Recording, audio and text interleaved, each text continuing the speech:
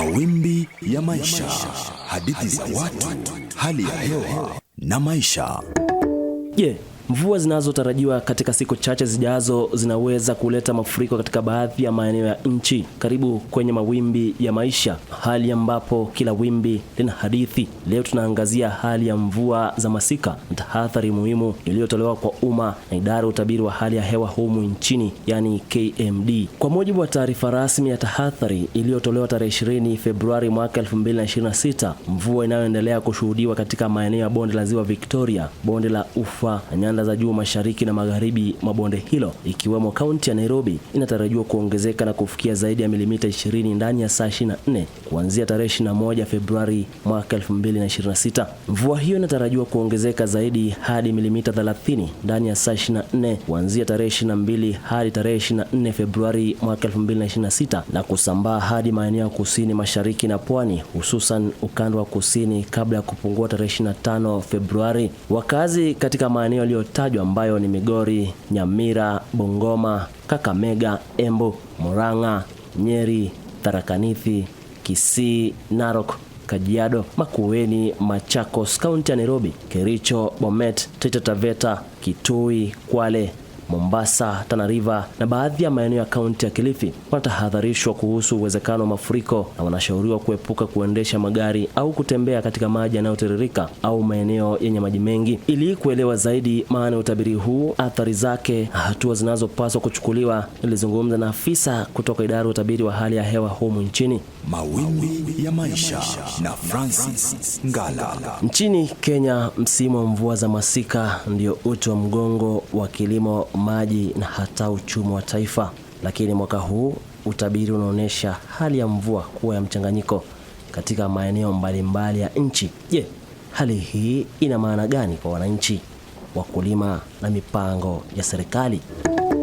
Mimi naitwa Francis Ngala na studioni ninaye kaimu naibu mkurugenzi kutoka idara ya utabiri wa hali ya hewa humu nchini, Bwana Richard Mwita. Nashukuru sana, asante. Jina langu naitwa Daktari Richard Mwita. Mimi ni kaimu mkurugenzi, naibu mkurugenzi kama ulivyosikia, wa huduma za utabiri wa hali ya hewa nchini Kenya, na nimeshukuru kukaribishwa hapa. Tunawasikia wataalamu wa hali ya hewa wakitaja MAM, yani Machi, Aprili na Mei. Kitaalamu, msimu huu unawakilisha nini na kwa nini ni muhimu sana kwa nchi yetu?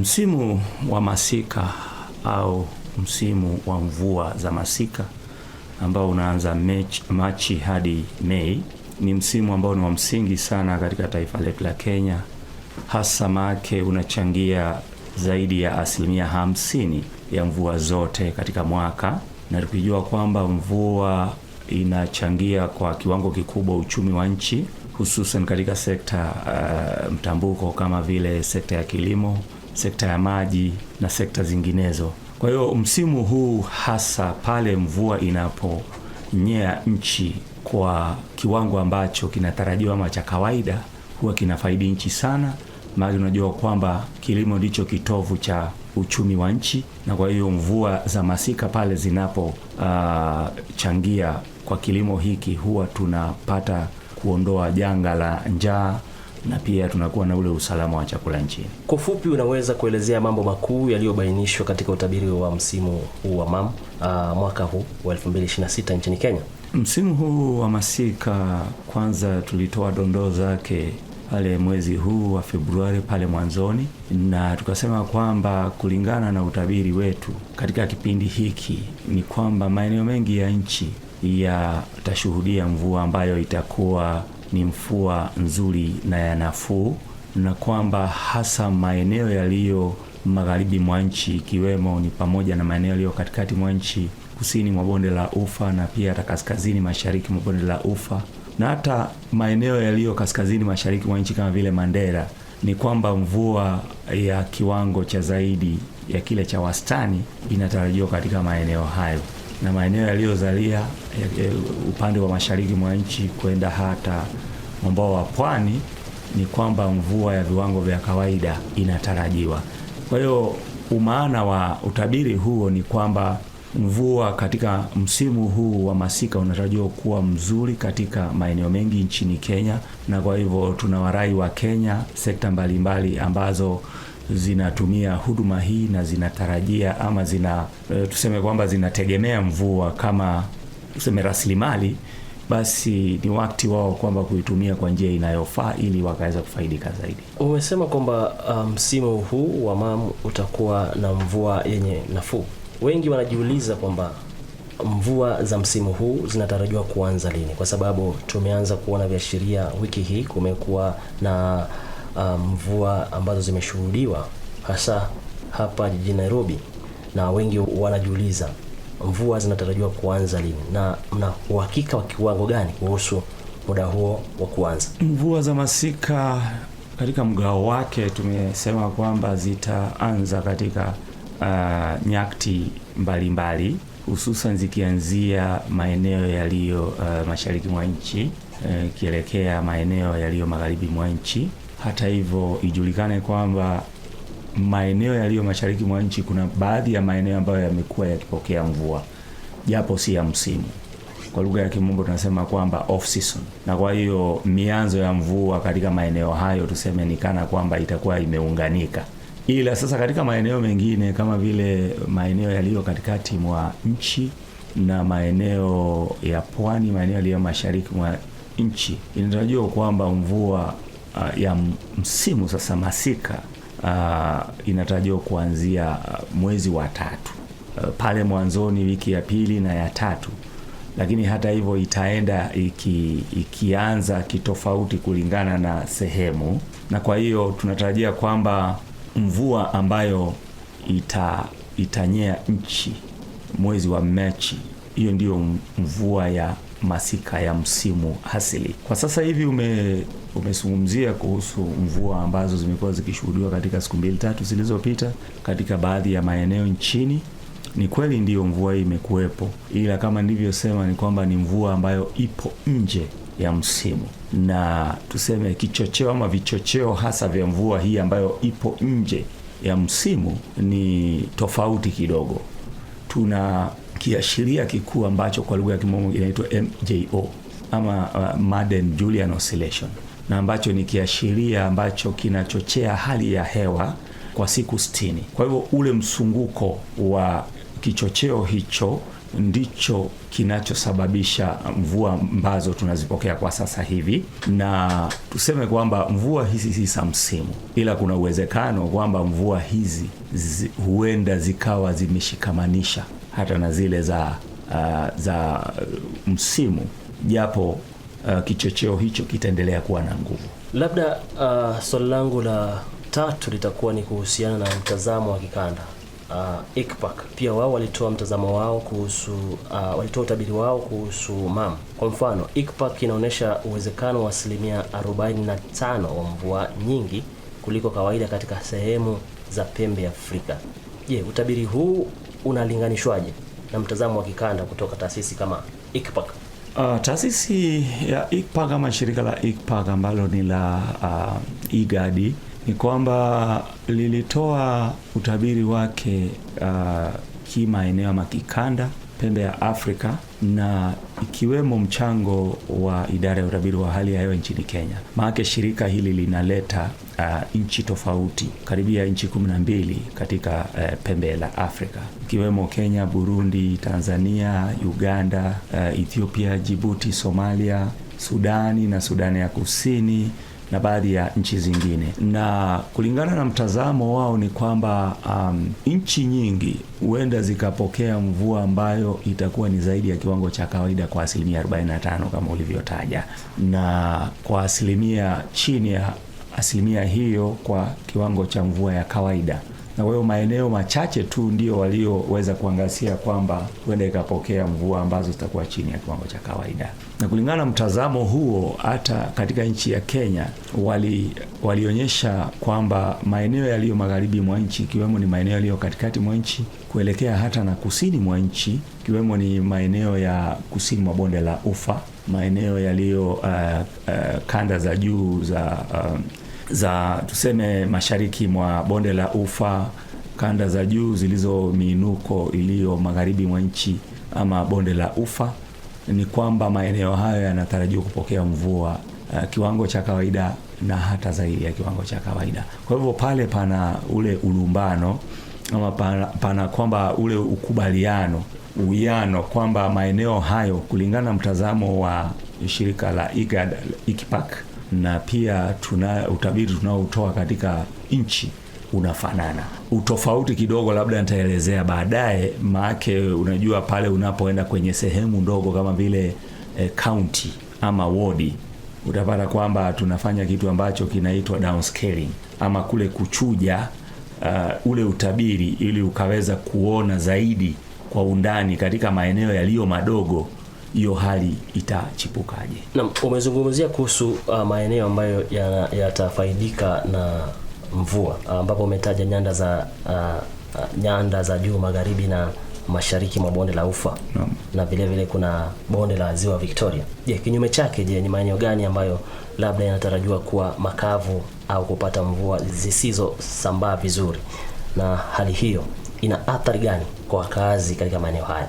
Tuseme kwa ujumla ni kwamba nchini Kenya na katika maeneo mengi katika ukanda wa Afrika Mashariki ni kwamba sasa hivi tumetokea katika hali ya ukame, na hali hii ilikuwa imesababisha maafa, imesababisha na athari zingine katika maeneo hasa yale maeneo kame. Na wewe tukiangazia Kenya, maeneo mengi yaliyo mashariki mwa nchi na hususan kaskazini mashariki mwa Kenya kama vile Mandera, Wajir, Marsabit, maeneo ya Garissa, Isiolo kuelekea hata mambo wa pwani ndio yalikuwa yameathirika zaidi. Japo pia maeneo yaliyo katikati mwa nchi, hata baadhi ya maeneo yaliyo magharibi mwa nchi, na hata tuseme maeneo ambayo yapo juu na chini ya nyanda zilizo magharibi na mashariki, kuna maeneo mengi ambayo kwa kweli mvua zilizonyesha katika msimu wa vuli ambao ni wa mwaka jana kwa kweli ziliweza kuumia zaidi ama kuathirika zaidi. Kwa hiyo sisi kama wataalam tunasema kwamba japo kumekuwa na hali ya ukame, inahitaji msimu unaofuata ukaweza kujaribu kusuluhisha, hususan kile tunasema kwamba ni ule utofu wa unyefu ama mvua kwenye udongo. Na kwa hivyo tunaona kwamba unyefu kwenye udongo uliathirika kwa kiasi kikubwa na kupelekea kwamba tukawa na maafa mpaka ya mifugo kwa wafugaji kule maeneo kame. Na kwa hiyo sasa tunapotarajia mvua ya masika kwa sasa hivi ni kwamba mvua hii kwanza itaanza na kule kujaribu kutatua lile swala la utofu wa yale ambayo yaliletwa na mvua adimu katika msimu uliopita. Na kwa hiyo tuseme kwamba kwa sasa mvua ambayo inatarajiwa kwamba itakuwa nafuu katika maeneo yote nchini, ila kwa maeneo ambayo yalikuwa yameathirika zaidi kwa ukame, tutasema kwamba mvua kwanza zitaanza katika kule kutatua hicho kidudu mtu cha ukavu ama ule utovu wa unyevu kwenye udongo. Maake udongo ndio kama kumbukumbu ya ule unyefu ambao unatoka kwenye mvua, na kwa hivyo pale unapodidimia hali ya ukame inaingia. Kwa hivyo sasa tunatarajia kwamba maeneo hayo ambayo nimetaja, ambayo yalikuwa yameathirika zaidi yakilinganishwa na haya mengine, huenda kidogo labda yakachukua muda ili yakaweza kuinua hali yake ya unyevu. Na baada ya hapo sasa tuseme kwamba yatakuwa sasa yamedhibitika na kwamba yatakuwa katika hali nzuri. Kwa hivyo sekta mbalimbali ambazo zinatumia mvua kama rasilimali basi zitafaidika. Na kwa hivyo sasa hivi hatuwezi tukazungumzia swala zima la ukame kwa msimu wa masika. Ni hatari zipi kuu zinazoashiriwa na utabiri huu? Je, kunaweza kuwa na uwezekano wa mafuriko, maporomoko ya ardhi, au kama ukame unaendelea au joto kali? Na labda kwa maeneo yanayotarajiwa kuwa makavu kama pwani na kaskazini mashariki, ni hatua gani za mapema mnazozipendekeza kama idara, kama taasisi ya utabiri wa hali ya hewa humu nchini ambazo zinafaa zichukuliwe? Kuna athari ambazo ni nzuri na pia tunatarajia athari ambazo huenda zikawa ni kali ama ambazo si nzuri, huenda zikaathiri mambo kwa njia ambayo si nzuri.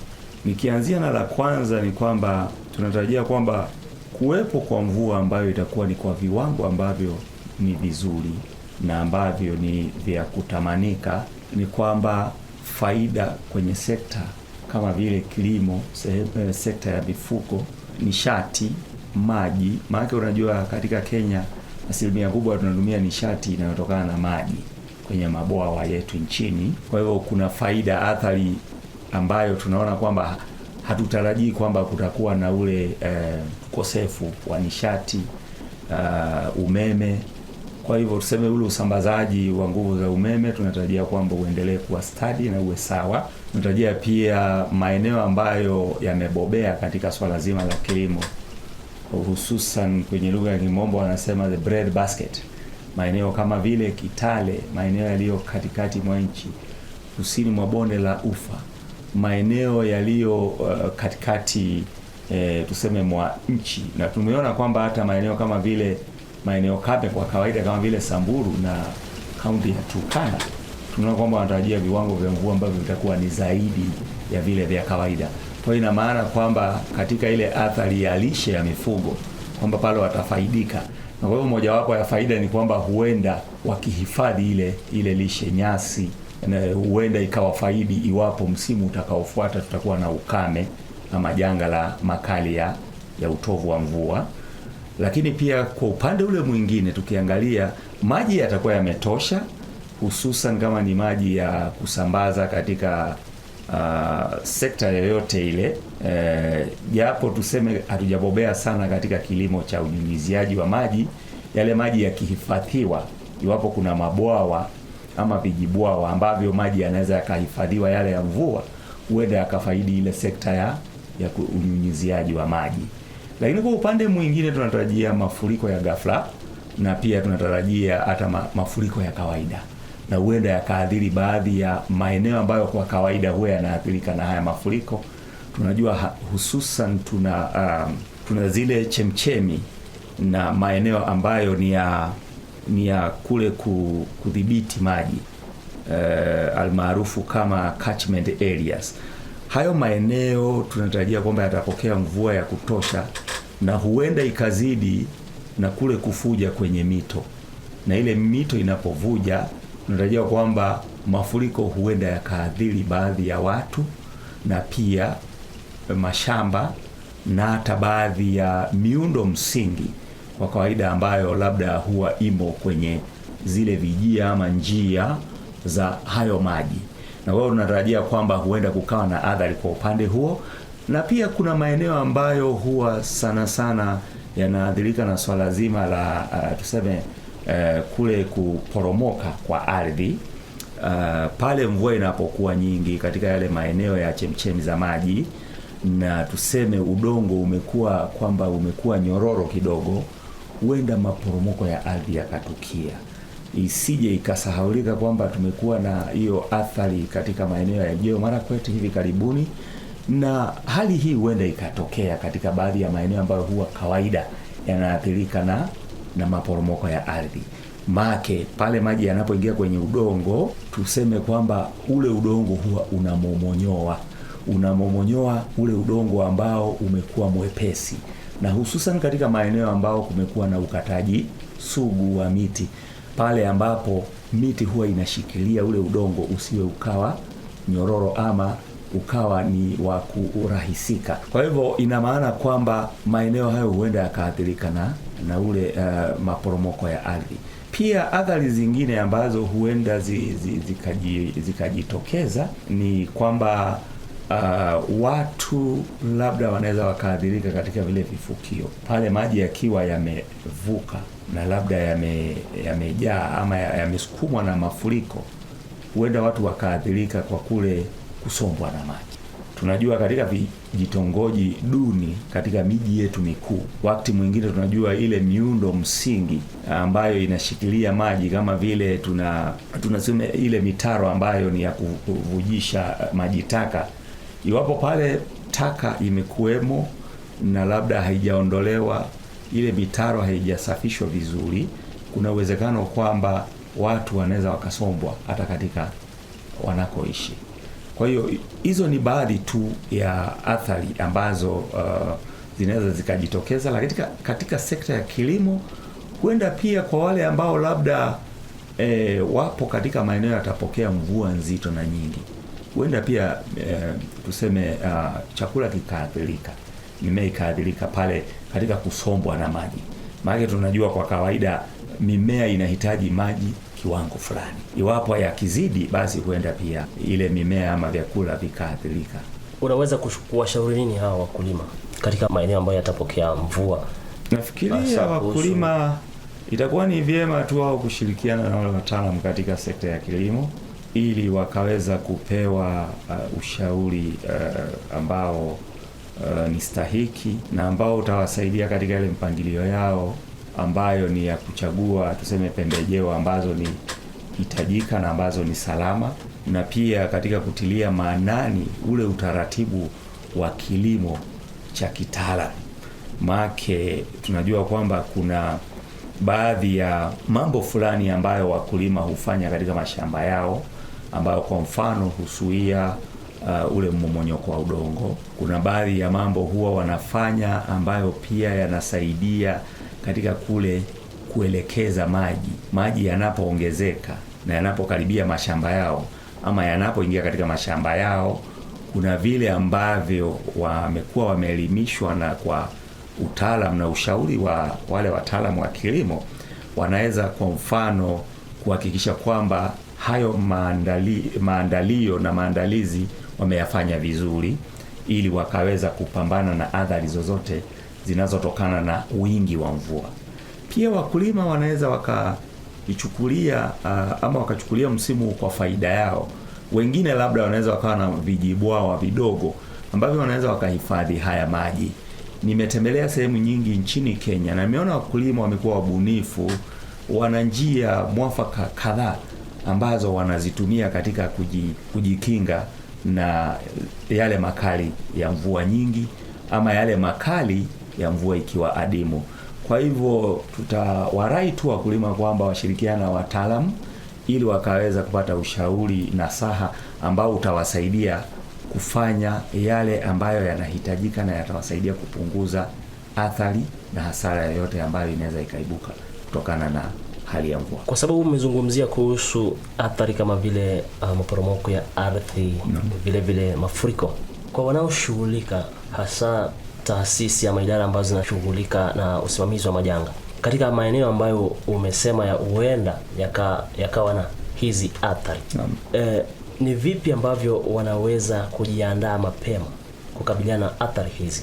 Kwa kweli kuna maandalizi ambayo ni ya wakati huu, kuna maandalizi ya kabla, kuna maandalizi ya muda unaokuja ambao kwa lugha tunasema medium term, na kuna maandalizi ambayo ni ya muda utakaokuja long. Kwa hivyo katika maandalizi ambayo ni ya muda huu ambao haujafika kwa msimu wa mvua, ni kwamba kwa mfano kwa sekta ya kilimo, wakulima watakuwa wameandaa na mashamba ya kwao, watakuwa labda wamechagua watapanda mbegu zipi kulingana na ushauri ambao labda watakuwa wameupokea kutoka kwa wataalamu wa kilimo.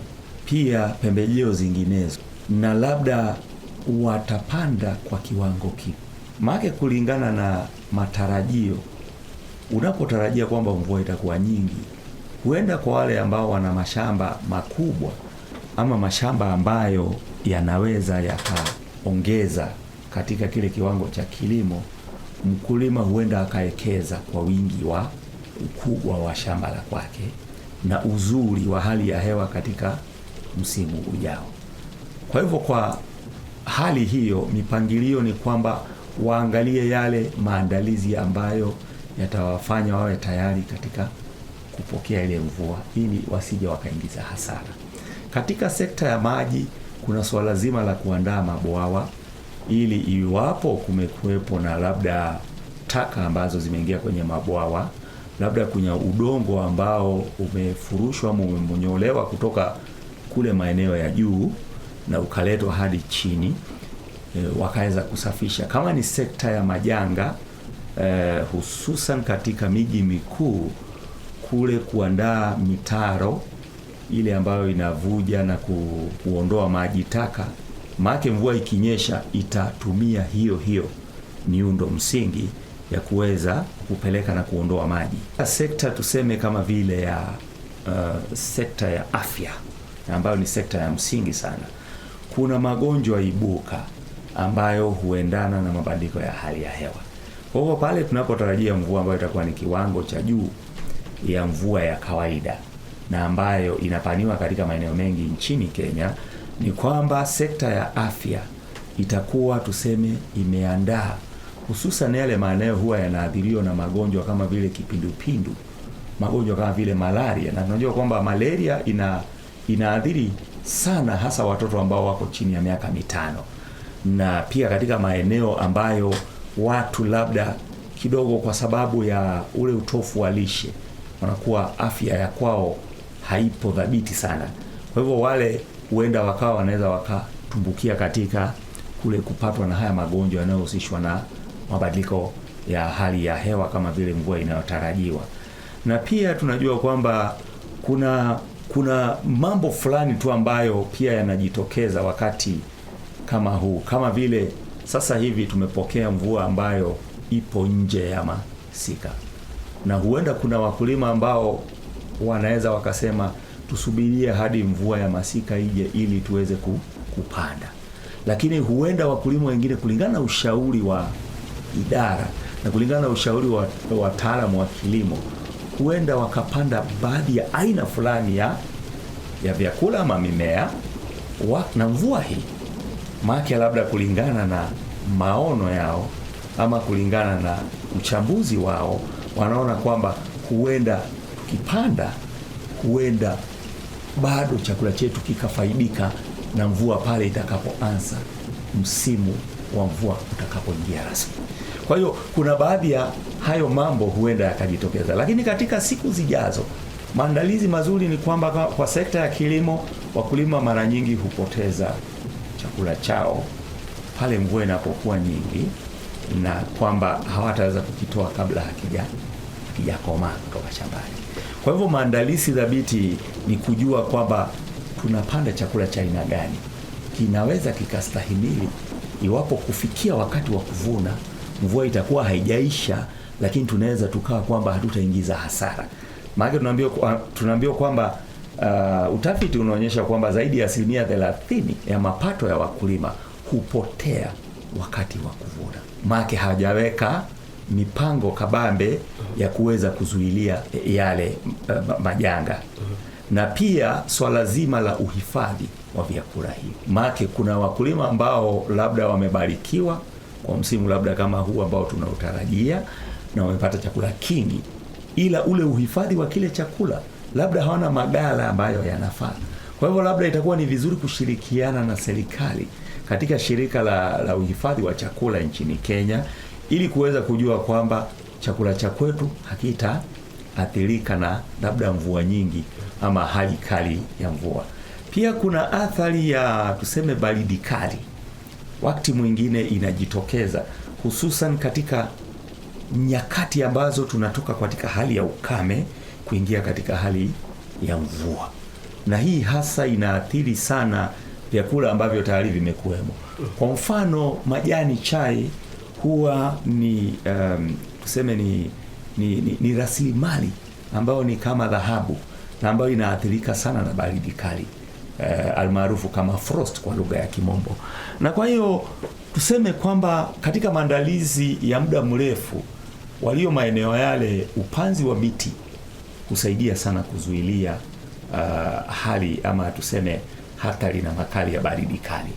Ila kwa muda ujao kuna mambo mengine wanaweza wakashauriwa na wale wataalamu katika sekta hizo, na ambao wanaweza wakawaambia ni yapi ambayo wayafanye kuweza kukabiliana na makali kama hayo. Na mengine tuliyoyataja ni kwamba kwa kawaida janga la mafuriko tukiwa tumeweka miundo msingi vizuri, haitaadhiri watu na haitaadhiri hata na mali kwa ujumla. Taswira kamili ya kaunti ya Nairobi iko vipi ya saa msimu huu wa mvua za masika? Taswira kamili iko vipi na ushauri wako ni upi hasa kwa wakazi na hasa ambao wanaishi katika mitaa ya mabanda hapa jijini Nairobi, ikiwemo Kibra, maeneo ya Mukuru na mengineyo hapa jijini Nairobi?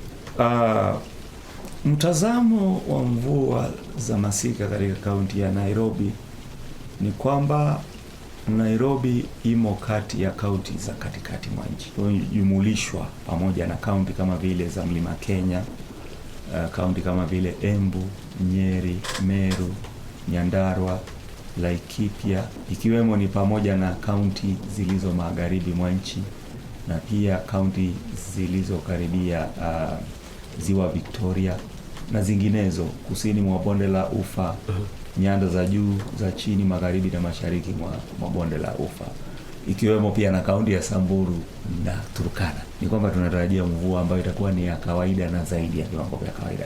Kwa hivyo Nairobi inatarajiwa kupokea mvua nyingi zaidi ya kiwango cha kawaida na pia kiwango cha wastani. Kwa hivyo katika yale niliyoyataja, tunatarajia kwamba Nairobi itashuhudia hali ya mvua ambayo itakuwa ni ya viwango vya wastani na hata zaidi katika maeneo yote. Kwa hivyo wakazi wanafaa kujiweka vipi tayari kupokea mvua hii, hasa walio katika maeneo ama mifumo ama wanaoishi katika njia za mifumo ya kupitisha maji taka? Ukiangalia pia maeneo kama Kibra sana huwa wanaathirika sana na wakati Nairobi inapopokea mvua kama ulivyotaja. Kwa kweli ni kwamba maeneo yaliyo duni, vitongoji duni tuviite hivyo, maeneo kama vile Mukuru kwa Njenga, tuna Kibera, maeneo ya Korogocho, maeneo ya Kawangware na maeneo mengine, mara nyingi ile miundo msingi kidogo huwa haijatosha, uhafifu bado ni hafifu na bado haijakuwa dhabiti vizuri. Lakini nipongeze serikali ya kaunti kwa kiasi kikubwa kwa misimu iliyopita, ni kwamba walikuwa wanajiandaa vizuri kabla. Unapata kwamba kuna shughuli ya kusafisha hiyo mitaro ambayo inasafisha maji ya taka na kuandaa vizuri. Kwa hiyo ni matarajio yetu kwamba hata kwa msimu huu ujao kwamba watajiandaa vizuri, kwamba ili yale maji yakija, kwa kawaida mvua hata ikiwa nyingi kiasi kipi, ikipata kwamba kuna maeneo ama sehemu ya kupita, maji yale yatarundikana na yataondoka vizuri. Ikipata labda kuna mahali kwa hiyo mitaro ya kusafisha maji taka kwamba imeziba, pale ndipo shida hutokea. Na kwa hivyo ni matarajio yetu kwamba tuangalie hasa maeneo huwa sugu ama nyeti na ambayo huwa inaziba, iangaziwe zaidi ili wakaweza kuyazibua yale maeneo. Kwa mfano tunajua kwamba kuna shida ya plastiki katika baadhi ya maeneo na ule utupaji wa taka kiholela. Na wao tunaomba tu wakaaji wa Nairobi, japo unakoishi usichangie katika kule kutupa taka kiholela. Maana mvua ikija nyingi itasomba zile taka kuzipeleka kwenye mifumo ya maji taka, ile mifumo ya maji taka, alafu itaziba. Baada ya kusiba, japo hutaadhirika, mwenzako ataadhirika. Japo mwenzako hataadhirika, itaadhiri usafiri. Maana ile taka, yale maji yanaweza yakaziba hata na barabara unapoenda kazini. Kwa hiyo ina maana kwamba usiseme kwamba mimi kwamba naishi kwenye nyumba za starehe na kwamba pale hamna wakati wote utapata.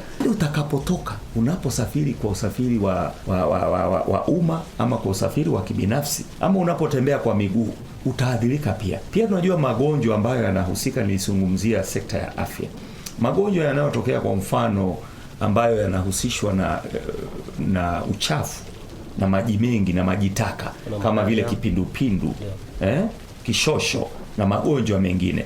Unapata kwamba hata wewe ambaye hukuwemo unaweza ukaadhiriwa nayo. Kwa nini? Sababu kwa njia moja utapata kwamba pale unapoenda sokoni kununua bidhaa, mboga, matunda na mengine, huenda mboga hizi na matunda haya yameoshwa na yale maji taka na ambayo yalisababishwa na wewe kuchangia katika yale maji taka na kule kusomba kwa maji ya mafuriko. Sehemu tunazoenda kula za mankuli, unapata kwamba huenda zimeathirika na ule uchafu. Na kwa hivyo wewe utaenda kula pale kwa starehe zako kwamba una hela na labda ukaambukia kupata ugonjwa. Kwa maana sisi wote tunahusika, aidha tunaathirika ama tunachangia katika ile athari. Kwa ujumla, ni ujumbe gani mmoja muhimu ambao ungependa wananchi wa Kenya wakumbuke kuhusu msimu huu wa mvua za masika tunapohitimisha? Kwangu cha msingi kwa sasa hivi kwa Wakenya ni kwamba tutilie maanani hasa utabiri na zile athari ambazo zinaandamanishwa na utabiri huu na ambazo nimezungumzia kwa kina. Tusije tukasema kwamba kwa sababu hatujaathirika hatuwezi tukachukua hatua kujiandaa. Kwa hivyo tuwe tayari, tujue kwamba tunatarajia msimu wa mvua na ambayo itakuwa ni mvua ya wastani ya kawaida, baadhi ya maeneo itakuwa mvua nyingi. Kwa hivyo pale unapotoka ni vizuri, kwa mfano, ukawa umeandaa mwavuli kwako, ili pale mvua itakaponyesha ukitoka kazini ama ukienda shambani uenda ukajiezeka lile vuli. Na pia kwa wakulima, tuchukulie mvua hii kuwa ni kwa faida yetu. Tushirikiane na wataalamu katika sekta ya kilimo ili watuambie ni pembejeo zipi ambazo zitakuwa ni za manufaa zaidi. Katika sekta zingine za majanga tutilie maanani. Katika idara tunaendelea kutoa utabiri kila saa 24. Tunatoa utabiri kila siku 5, kila wiki moja na za mwezi, ili zikaweza kutilia nguvu na msasa utabiri huu wa msimu. Kwa hivyo tufuatilie kwa ukaribu, ili pale tunapoonyeshwa huenda kukawa na athari ama hatari, tukaweza kuepukana nayo, ili tukalinda maisha, tukalinda mali, tukalinda na hata yote ambayo ni ya msingi kwetu. Asante sana Bwana Richard Muita, kaimu naibu mkurugenzi katika idara ya utabiri wa hali ya hewa humu nchini. Hiyo ndiyo picha kamili ya matarajio ya mvua za masika mwaka huu, taarifa muhimu, tahadhari muhimu na maandalizi muhimu. Kumbuka, hali ya hewa hubadilika, lakini maandalizi huokoa maisha na mali. Mimi ni Francis Ngala, hadi wakati mwingine tukutane tena kwenye kipindi kijacho. Kwa heri. Mawimbi ya maisha, hadithi za watu, hali ya hewa na maisha.